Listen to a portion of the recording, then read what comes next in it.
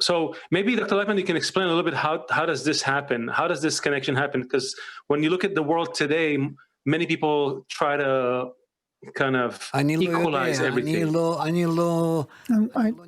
I don't know. I don't get into these definitions of unity, uniformity. That has to do with a person's philosophy. There needs to be connection among people in such a way that they stop hating one another and come to absolute love. This is the program of nature that we have to achieve. You described it as happening via integration and teaching for or education to integration. Yes. This is what we deal with. It's called integral education. Well, basically, this is the correction of humans that we have to do. All of our work, the work of Jews in this world, is to educate people so that they will all know me from the least of them to the greatest of them, so that the Creator, namely the power of love, everyone will know it and accept its sovereignty, its governance, its authority. Okay, interesting. So the question, what I'm wondering is about how to find the balance between the individual and society, or between the individual and the ideal. Because as every engineer knows, when you're trying to integrate stuff, when you're trying to integrate two pieces of software or hardware and so forth, if they are not built to be integrated, you're going to have a bad time. You're going to have, and then you need to change one of your components. And the question is what is the best way, seamless way to create an environment where this integration happens?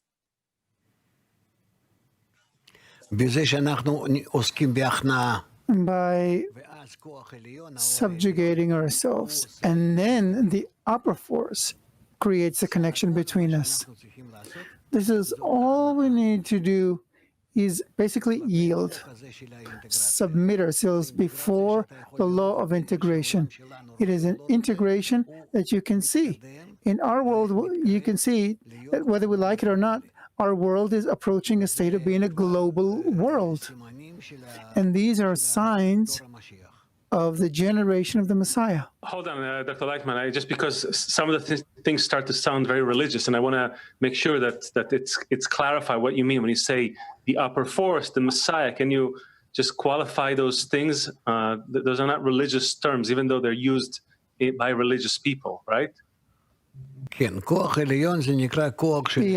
The upper force is a force of connection, even in our nature.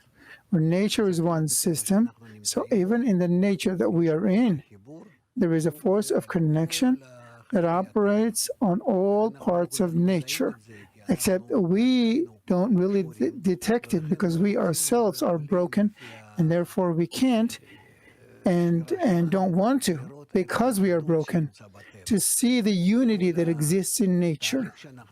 The whole process we're going through is about how we attain the unity that exists in nature and in the upper force that governs nature and governs us. The revelation of the unity is really our goal, our task, which we must do.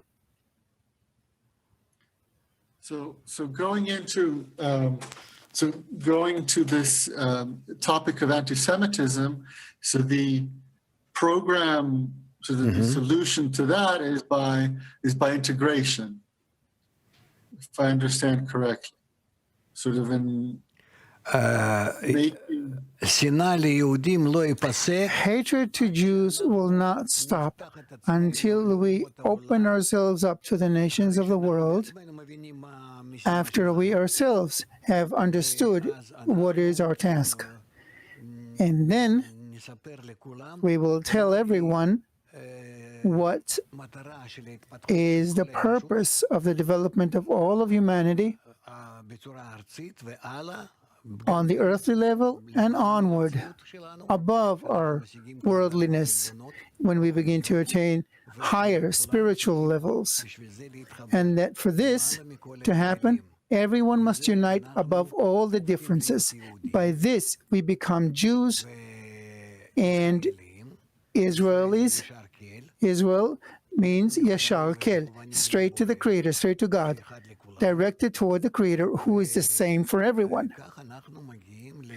And in this way, we come to a state where, as the prophet writes, they shall all know me from the least of them to the greatest of them, and the Lord shall be king over all the earth.